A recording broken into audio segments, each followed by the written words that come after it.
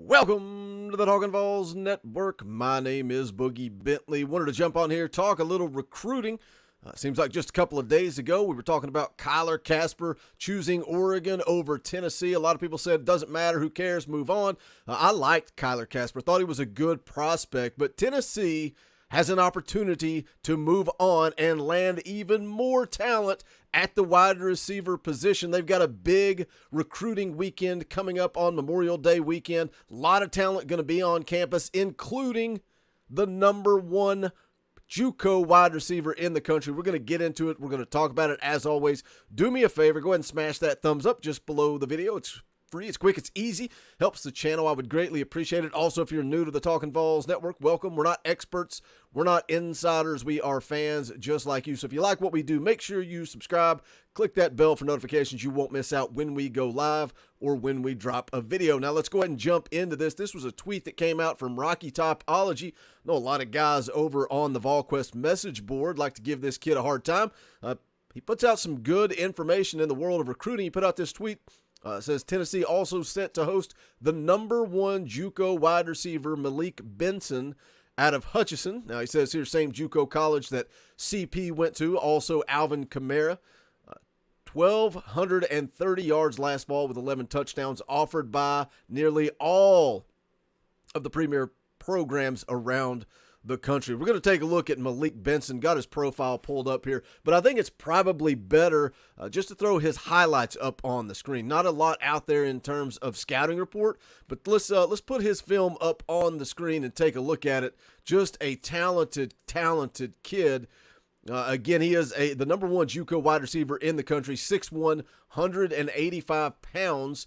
He dropped a top 11 recently. He's got FSU, Alabama, Arkansas, Auburn, Florida, Georgia, LSU, Oklahoma, Oregon, South Carolina, and Tennessee. This kid can go play anywhere in the country, and it's big, man. It is big to get him on campus. That weekend, that Memorial Day weekend, is going to be absolutely huge. You've got Nico's going to be back in town. Tate's going to be in town. Brandon Innis is going to be in town. The big 5-star offensive tackle is going to be in town. It's the weekend to be on campus on Rocky Top. But when you look at what Malik Benson does, just watching his film, what I like about him is he doesn't just have speed. He's big and he's physical. They get him the ball a lot of times, just get it out quick and let him go make plays. Not only is he big, strong, and physical, he is also quick. You can see there the breakaway speed, pulling away from everybody on the field. He would be an absolute game changer. And when you're looking at this recruiting class, when you're looking at the class of 23, and you're talking about Nico and the weapons that you are going to surround him with. Ethan Davis, the stud tight end. And then now Carnell Tate, a guy that I didn't even realize was a possibility. You get him on campus. You let him meet with Spire Sports Group. And now you're talking about the top JUCO wide receiver in the country. Again, his numbers for last year, he had 43 catches, 1,229 yards, and 11 touchdowns. Now, not only is he coming on campus, but the coaching staff hit the recruiting trail just this week. Alex Golish out in Kansas. He did visit with Malik Benson just recently, but that's not the only one. There's a couple of other guys I want to talk about when it comes to weapons at wide receiver. Here's one of those guys as well.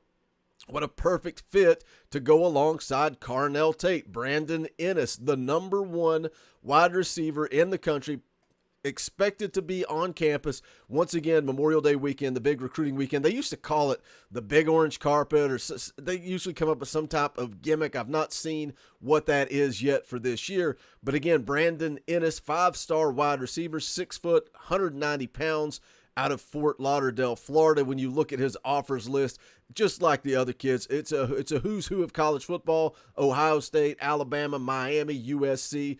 This kid can go play anywhere in the country. And again, going to be on campus Memorial Day weekend. He was actually an Oklahoma committed to Oklahoma back in August of 2021, but shortly thereafter decommitted in November and reopened his recruitment. Now you go down, you look at his scouting report.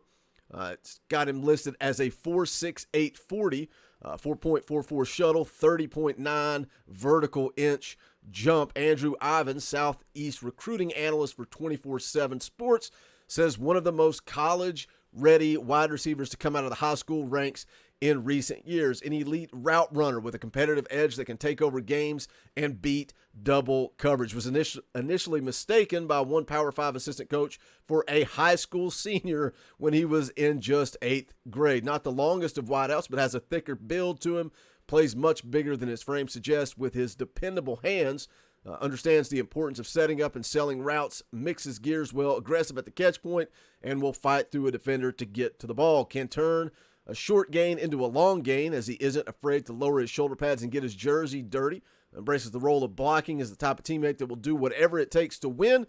Has produced for 3 straight seasons against top competition in South Florida and outperformed players much older than him time after time on the camp circuit. That's the scouting report on Brandon Innis. And again, it's not necessarily that I think or I know that Tennessee is going to land these guys. But when you're getting guys like even Kyler Casper, who chose Oregon over Tennessee, you're getting Malik Benson, the #1 JUCO wide receiver in the country. You're getting Brandon Innis on campus, the #1 wide receiver in the country. And then Carnell Tate, again, 5-star wide receiver.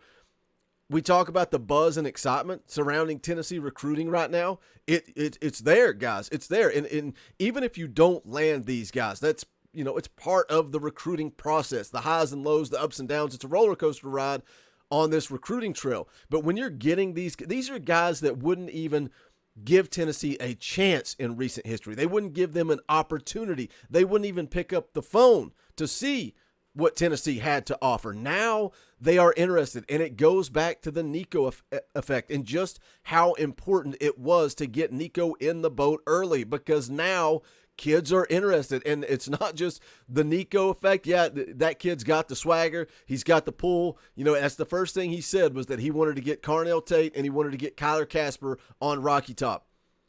Kids want to play with Nico, but it also doesn't hurt when you see that $8 million check that Nico's going to be cashing and putting in the bank. That also piques these kids' interest. That makes them want to see what's going on at Tennessee. We've seen it in the media from Lane Kiffin. We've seen it in the media from Nick Saban. They are not happy. They do not like NIL because they cannot keep up. Tennessee finally has an advantage. And other fan bases come into the comment section. Oh, you're going to buy another player? You bet we're going to buy another player. That's what it's all about. What do you think? It's an insult to say that we have the money to buy players? I don't care. Let's go pay them. Let's get them on campus. Another kid that's expected to visit coming up on the Memorial Day weekend is Noah Rogers. He is a 4-star wide receiver out of North Carolina. He is the #1 player out of the state of North Carolina, 11th ranked wide receiver in the country. 6'2", 280 pounds. His scouting report: verified size with verified sub 4.5 speed and plus length. Also competes in track, always a good thing. Says he's a productive big play receiver, averaged 20.5 yards and 22 touchdowns on 70 catches. Smooth route runner, gets offline and into routes well, gets out of breaks and accelerates to gain separation. Adjusts well to off-target throws and shows excellent ball skills. Sure-handed, willing to make plays in traffic, exhibits body control, and makes acrobatic catches look easy. Knows how to use his size to shield defensive backs, high points ball well, and excels on 50-50 balls. So again, a lot of talent at the wide receiver position, at the skill position.